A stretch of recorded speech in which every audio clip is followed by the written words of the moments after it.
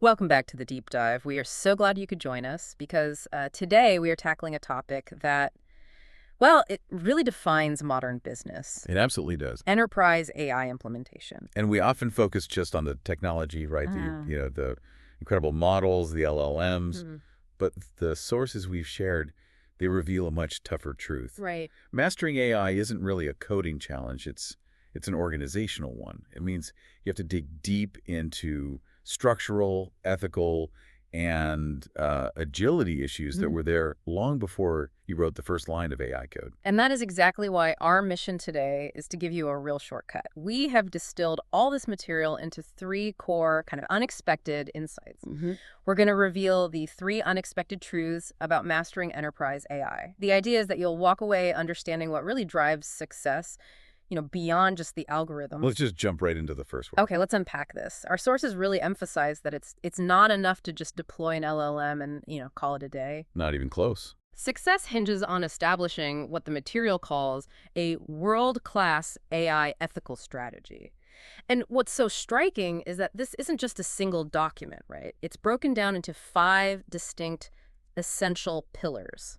That's absolutely right. You should think of this ethical strategy as the the operating system for your AI. Okay. And if any component fails, the whole system crashes. Doesn't matter how smart the model is. The sources are pretty clear that a failure in any one of these five areas is like the primary cause of projects derailing. And that's usually because of legal or reputational risks, I assume. High stakes legal or reputational risks. Yeah. Exactly.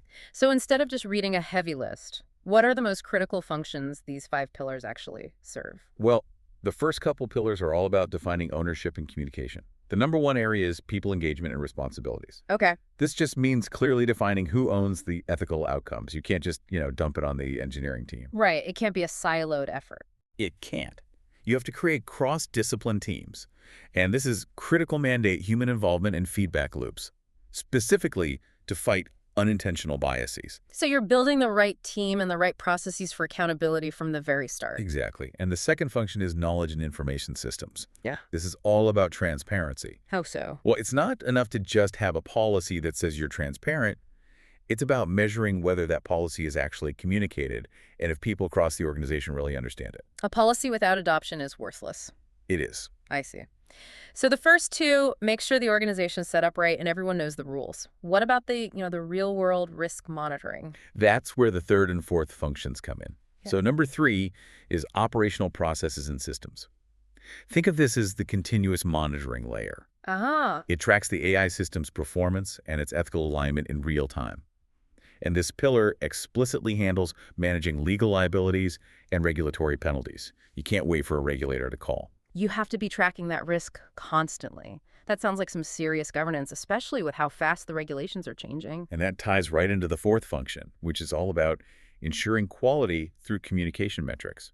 Yeah. You need continuous monitoring of fairness, reliability, transparency scores. Making sure the system is operating predictably. Consistently and predictably, yes. And the final piece, I'm guessing that's the technical guardrails themselves? Correct. That's technology and governance performance.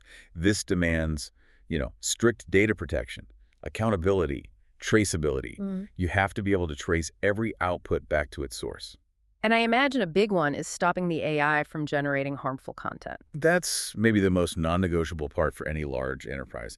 That safeguard has to be built in from day one. So the big takeaway here for you, our listener, is that this ethical framework, it's not a compliance checkbox you tick at the end. Not at all. It is the foundational structure. Ignoring it doesn't just invite a PR headache.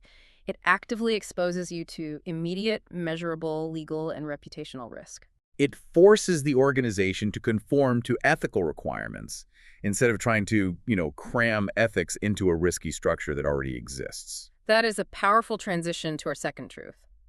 We've set up governance as the foundation, but the sources show that AI mastery is just impossible without something else already being in place. Optimized enterprise agility, which means the success of this huge technological leap.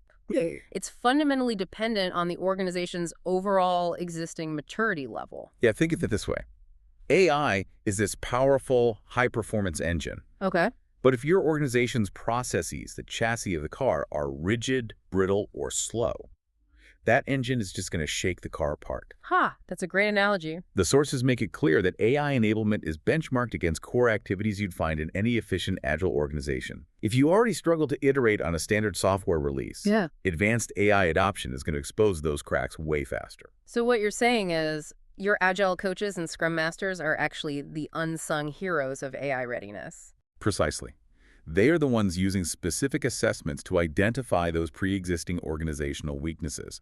They look beyond the tech stack to gauge things like team health checks. Team health checks, you mean like, are your teams actually collaborating well? Are they efficient? Are they happy? Yeah. Exactly. And they look at servant leadership traits.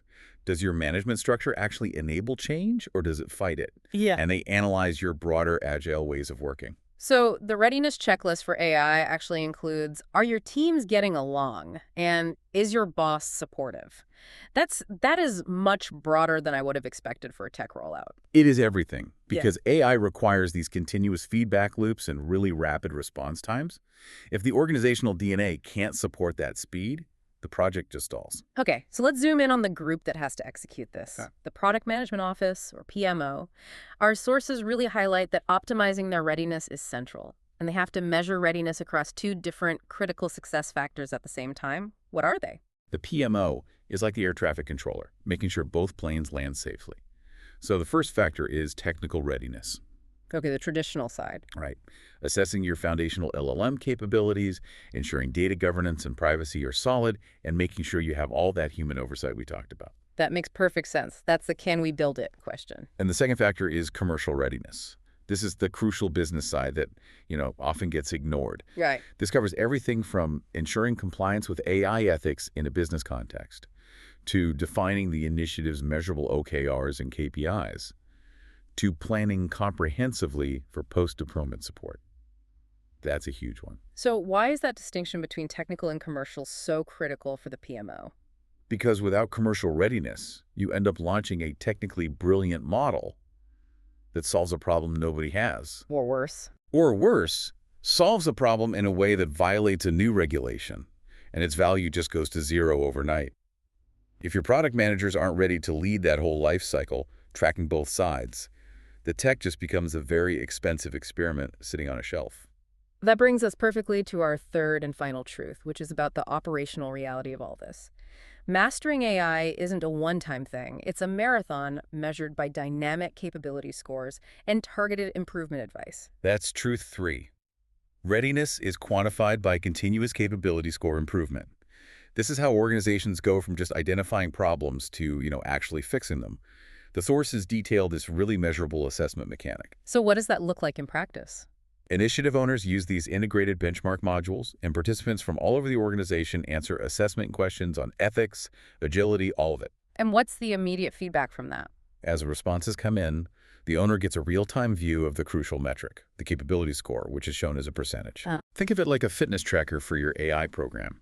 You instantly see, by topic, where your organization is strong and where it's weak. Is your people engagement score at 90%, but your data protection score is like 55? This board gives you that immediate, clear picture. So that percentage score becomes the unifying metric. How does an organization prioritize what to fix first? I mean, you can't tackle 50 problems at once. And that's where the power of this comes in. All the responses are organized by that capability score, so it automatically creates this prioritized index. The entire program team can immediately focus their resources on the challenges that scored the lowest. So you stop wasting time on what you're already good at. And you focus your energy on moving the needle where it matters most. Okay, this is where it gets really transformative, because identifying a problem is only half the battle. Our sources focus so heavily on these consulting advice libraries. How do those close the loop? This is the secret sauce. These libraries contain this wealth of specific, actionable, capability improvement advice associated with every single assessment question. Every single one. Every single one.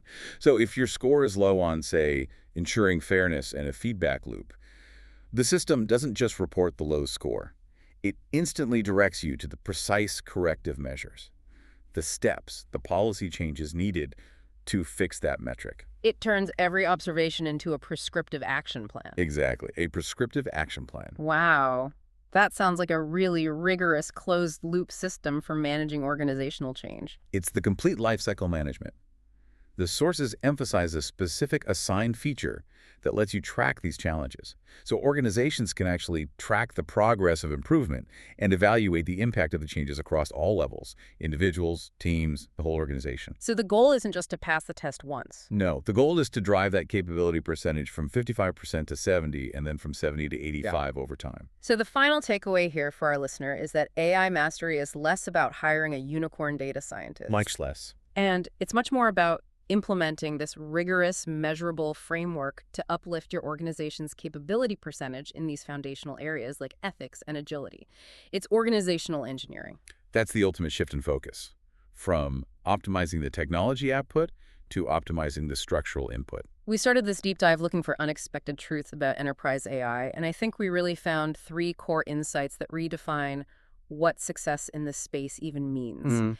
First, that the AI journey, it doesn't start with code. It starts with establishing a comprehensive ethical strategy across people and governance. And second, that your technical success is just fundamentally dependent on having robust, optimized enterprise agility and a PMO that's fully prepared to manage both the commercial and the technical sides. And finally, that true progress is managed and driven by continuous capability score improvement. It's all tied directly to that prescriptive consulting advice that lets you measure and track your maturity 1 percentage point at a time. If we connect this to the bigger picture, the biggest barrier to enterprise AI isn't the technology. It isn't the cost of compute. It's the organization itself. It is the measured maturity and the structural alignment of the organization itself. You have to be ethical and agile first before you can truly be AI ready. Absolutely fascinating. Thank you for joining us on this deep dive and letting us give you a comprehensive shortcut on this really critical topic. If you haven't already, please be sure to subscribe to the channel so you don't miss the next deep dive.